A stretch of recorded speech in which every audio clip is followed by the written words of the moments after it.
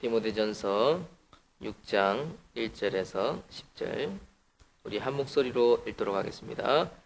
시작. 무릇 멍에 아래 있는 종들은 자기 상전들의 범사에 마땅히 공경할 자로 알지니 이는 하나님의 이름과 교훈으로 비방을 받지 않게 하려 함이라. 믿는 그 상전을 형제라 가볍게 여기지 말고 더 잘 섬기게 하라. 이는 유익을 받는 자들이 믿는 자요 사랑을 받는 자임이라. 너는 이것들을 가르치고 권하라.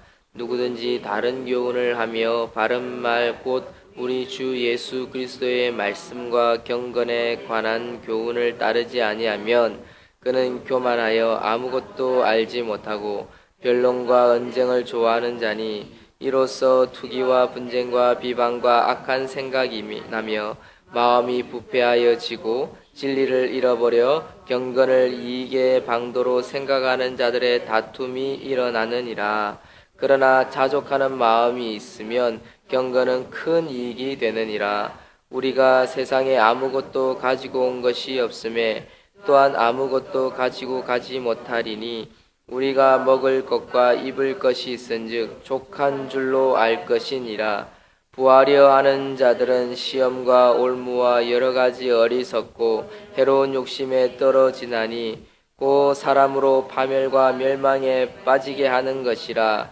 돈을 사랑함이 일만악의 뿌리가 되나니 이것을 탐하는 자들은 미혹을 받아 믿음에서 떠나 많은 근심으로서 자기를 질렀도다. 아멘. 자족하는 마음이 있는 자족하는 마음이 있는 하나님의 백성이라는 제목으로 하나님의 말씀 전가하도록 하겠습니다. 6절에 보면 그러나 자족하는 마음이 있으면 경건은 큰 이익이 되느니라 라고 말씀하고 있습니다.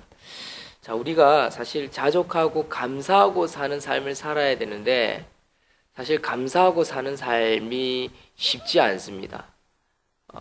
어느 날 은혜를 받아서 감사합니다, 감사합니다, 감사합니다라고 기도로 내뱉어 보지만 실상은 감사하지 못할 때가 있습니다. 사랑하는 성도 여러분, 진짜 감사하는 마음이 뭘까요? 감사해요, 좋아요, 은혜가 넘쳐요, 저는 잘 될 거예요. 사실 입으로 막상 내뱉지만 눈물이 나고 쓰디쓴 소주가 때로는 우리에게 더 큰 만족을 줄 때가 있다면 사실 진짜 감사한 걸까요? 저는 감사의 그 정의가 뭐냐라고 할 때 진짜 감사의 정의는 이런 거라고 생각합니다. 뭐냐면 지금 처해져 있는 상황에서 조금 더 나빠져도 괜찮다라는 마음이 들 때 진짜 우리는 감사하다라는 그런 고백이 진짜 맞는 감사인 것 같아요. 내가 지금 처해져 있는 상황에서 조금 더 나쁜 상황이 되어질지라도 하나님 감사합니다라는 마음이 나온다면 지금 현재 내가 진짜 자족하고 만족하고 감사하다라는 말이 그 맞는 고백이라는 거죠. 그렇지 않습니까? 사실 우리가 감사하다 하면서 지금 현재 처해 있는 상황에 대해서 조금만 더 나빠지면 너무 힘들어지고 괴로워하고 고통스러워하고 하나님 앞에 따지게 된다면 그거는 감사한 마음이 아니겠지요. 그러나 진짜 내가 감사하다는 것은 지금 처해져 있는 상황에서 조금 더 나빠지는 상황에 이를지라도 하나님 감당하겠습니다 라고 한다면 지금 현재는 진짜 감사한 거죠. 감사하는 거고 정말 여유를 누릴 수 있습니다. 그런데 거의 대부분 사람들은요, 지금 현재 만족하지 못합니다. 지금 현재 자족하지 못하고요, 지금 현재 감사하지 못합니다. 그래서 6절 말씀처럼 그러나 자족하는 마음이 있으면 경건은 큰 이익이 되느니라 라고 말씀하시는 것처럼 경건에 이르는 삶을 살지 못하게 되더라라는 것이 오늘날 일반적인 사람의 모습들이라고 할 수 있습니다. 이러한 관점에서 오늘 본문을 조금만 더 살펴보겠습니다. 이 당시 로마 제국은요, 인구의 절반 이상이 사실은 노예였어요. 특히 수도에는요, 노예의 수가 자유인보다 4배나 더 많았다고 합니다. 바울은 이 멍에 아래에 있는 족쇄를 차고 있는 종들에게 이런 말을 합니다. 오늘 1절부터 2절, 3절을 보면 너희들의 상전을 모든 일에 마땅히 공경할 자를 알고 대하고 섬겨라 라고 이야기합니다. 그렇게 하는 것이 하나님의 이름과 기독교의 가르침이 비방을 받지 않는 길이다 라고 이야기를 합니다. 솔직히 이 당시에 종들이 예수님을 믿고 교회를 다녔습니다. 또 바울은 그들을 동일한 형제로 대해줬습니다. 특히 종들이 너희들의 상전이 같은 교회를 다니고 성도일 때 더 잘 섬겨라 라고 권면하고 있습니다. 당시 교회 안에는 자유인들이나 노예인들이 영적으로 동등하게 인정을 받았고요, 형제처럼 여겨져서 대우해 주었습니다. 그런데 이런 노예들이 감사함이 없었다라는 것이죠. 이러한 노예들은 상전이 베푸는 여러 가지 그 당시 호의에 대해서 당연한 권리로 여겼습니다. 왜? 맨날 말씀으로 또 가르치고 또 그렇게 대해주니까 점점 어떻게 돼갔습니까? 매너리즘에 빠져들기 시작했다라는 것입니다. 오늘 우리 기독교인 성도들도 그렇습니다. 사실 하나님께서 이 땅 가운데 우리 삶 가운데 풍족하게 해주셨어요. 좋은 것들을 참 많이 주셨습니다. 그런데 감사치 못할 때가 많습니다. 10년 전, 20년, 30년 전으로 우리가 한번 돌아봅시다. 그러면 우리가 얼마나 궁핍하고 얼마나 부족한 것들이 많습니까? 과연 그때로 돌아가서 우리 보고 살아라 하면 살 수 있겠습니까? 못 살지요.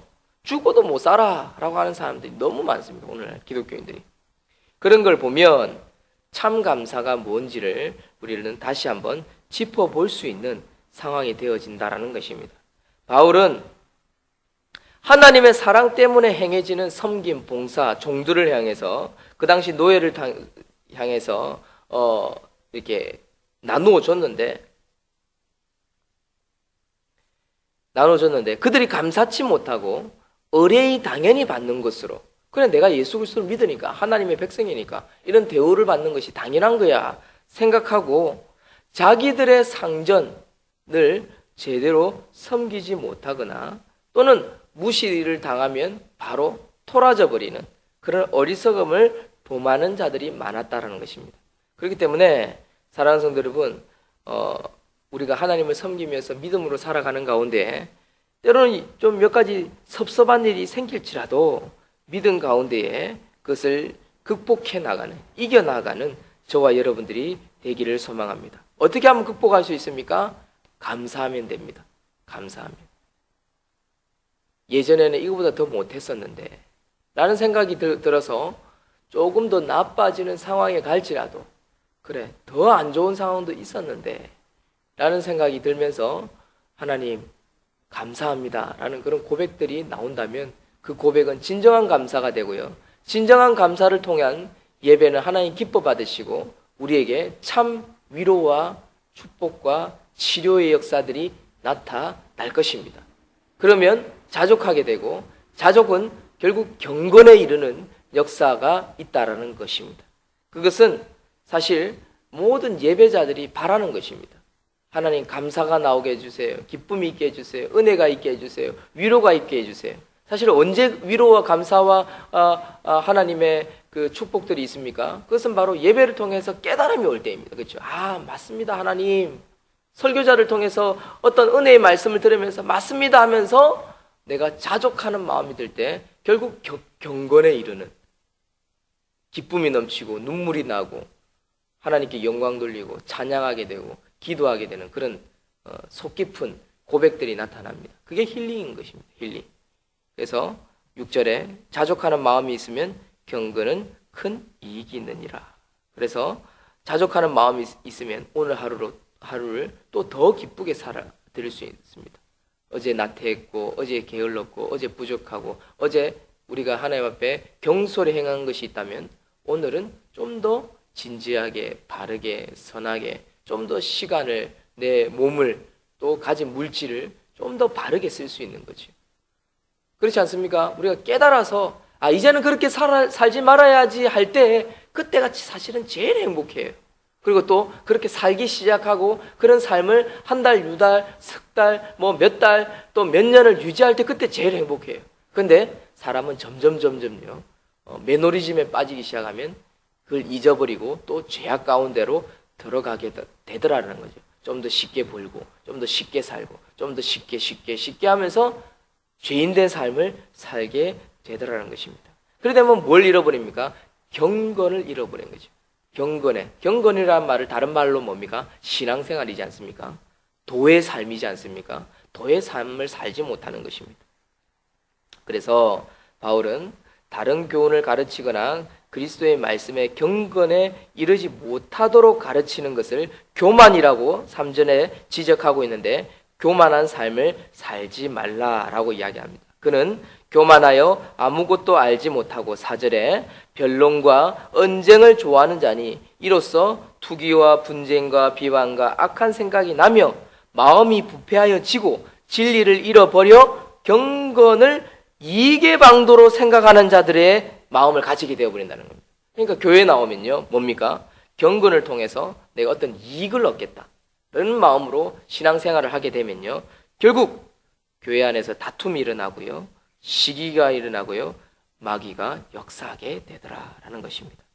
경건은요, 진짜 그냥 자족하는 마음입니다. 감사하는 마음입니다. 그리고 주어진 삶 가운데 주어진 조건을 가지고 최선을 다해서 살아가다 보면 하나님이 그걸 통해서 열매를 주시고 많은 것들을 주시고, 때로는 일명 대박이라는 사건도 터지기도 하는 거죠. 그래서 하나님의 역사가 있는 것입니다. 많은 믿음의 선진들이 그렇게 살아왔습니다. 성실하게 꾸준하게 주어진 삶 가운데 순종하니까 오늘날 되더라는 거죠. 되는 것을 하나씩 쥐다 보니까 어느 날 내가 생각지도 못했던 대박이 일어나는 것입니다. 그게 간증인 것입니다. 간증 역사지. 그래서 우리 오늘 아침에 경건에 이르는 방법을 깨달았습니다. 그것은 자족에서 시작한다. 감사해서 시작한다. 그것을 부여잡고 오늘 내가 또 감사하며 살 수 있는 것이 뭔가 살펴보고 하나님 감사합니다 라고 생각하고 상전들을 믿음으로 섬겨나가는 우리들이 되게 해달라고 이야기하고요. 절대로 마귀의 노예가 되지 아니하고 성령의 노예가 되어서 성령의 종이 되어서 그 이끌림대로 살아가는 우리 자신이 되게 해달라고, 감사가 넘치는 저희들 되게 해달라고 그렇게 기도했으면 좋겠습니다. 마지막으로 무엇보다도 우리 인생의 목표에 돈의 목표는 두지 마십시오. 돈은요 결국 일만 악의 뿌리입니다. 그냥 족한 줄로 믿어야 될 때가 있습니다. 8절에 우리가 먹을 것과 입을 것이 있은즉 족한 줄로 알 것이니라.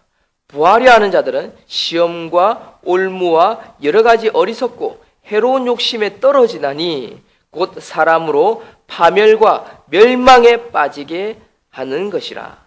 돈을 사랑함이 일만하게 뿌리가 되나니 이것을 탐하는 자들은 미혹을 받아 믿음에서 떠나 많은 근심으로써 자기를 찔리게 될 것입니다. 그래서 이를 통하여서 돈을 쫓기보다는 하나님 나라와 영광을, 그리고 또 자기 자신을 다시 새롭게 발견하고, 또 가정을 발견하고, 자전을 발견하고, 아내와 남편을 발견하고, 또 불문을 발견하고, 그래서 선한 것을 더욱더 발견하는 일터 되기를 소망합니다. 일함으로써 또 관계 속에서 정말 아름다운 선한 열매들을 우리는 발견하게 됩니다. 요즘 직장의 신이라는 그 드라마가 끝났는데 그 이슈화가 되는 건 없었지만 그 뉴스를 보다 보면 그 내용들을 조금씩 봅니다. 그 직장의 신에서 보여주는 핵심 메시지가 뭐냐면 IMF 이후로 생겨난 그 정규직과 비정규직으로 나누어지는 가운데 이 비정규직이 그 고통을 받고 있는 직장 생활을, 애환을 그려낸 드라마입니다. 근데 이 비정규직이 받는 스트레스를 이 드라마가 해소시켜줬다라는 게 이 드라마의 그 핵심입니다. 그래서